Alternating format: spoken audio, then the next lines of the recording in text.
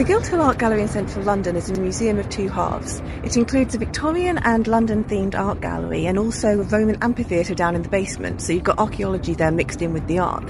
Thinking about the art gallery first, it's got a really good collection, particularly of Pre-Raphaelites, some of which you will definitely recognise, others that you won't necessarily know who they are, but you may well have heard of the artists, and they're definitely worth having a look at, whatever.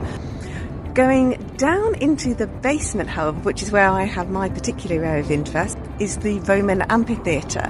And whilst they only have a small amount of the walls actually available to see, which is one of the entrances, they've done a really interesting job of trying to make the amphitheatre as a whole understandable to visitors through lines in the floor that show you where things like drains were, through to the far end wall, which attempts to complete the space and give a sense of scale.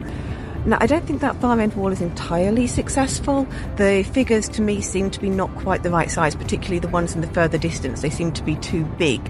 But if you go out into the courtyard in front of the museum, the size has been laid out in tiles on the ground, so you can get a really good sense of scale that way. Be aware that only a very tiny number of objects from the excavation are on display. The vast majority of them are in the Museum of London and can be seen there. But it's still worth going and having a look at this aspect of Roman London in situ. Overall, and this might sound slightly strange, I found the gallery a very relaxing experience. It's small enough that you can spend your time going through everything.